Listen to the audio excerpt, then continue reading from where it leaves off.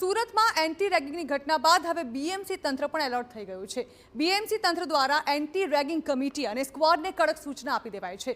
Junior વિદ્યાર્થીઓ સાથે surprise checking કરી વાતચીતના આદેશ અપાયા છે। સિનિયર્સ તરફથી હેરાનગતિ અંગે ગુપ્ત રીતે માહિતી મેળવવામાં આવશે। વિદ્યાર્થીની ઓળખ જાહેર ન થાય તે રીતે ફરિયાદ સાંભળવામાં આવશે। રેગિંગની ફરિયાદ મળશે તો તાત્કાલિક ડીન કક્ષાએ રજૂઆત કરાશે।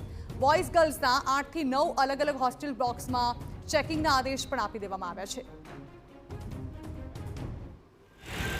એવો કોઈપણ વિદ્યાર્થી મળે કે જેને સિનિયર તરફથી જો કોઈપણ પ્રકારની હેરાનગતિ હોય તો ઇમિડિયેટલી ડીન કક્ષાએ રજૂઆત કરવાની અને તેના પર એક્શન લેવા માટેના ઇન્સ્ટ્રક્શન આપવામાં આવેલ છે।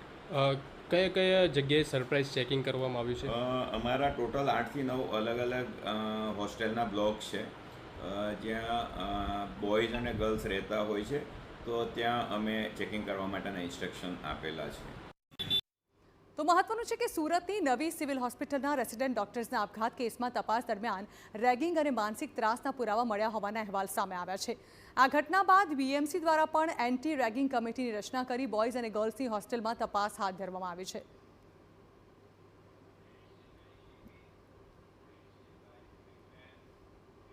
અન્ય સમાચારો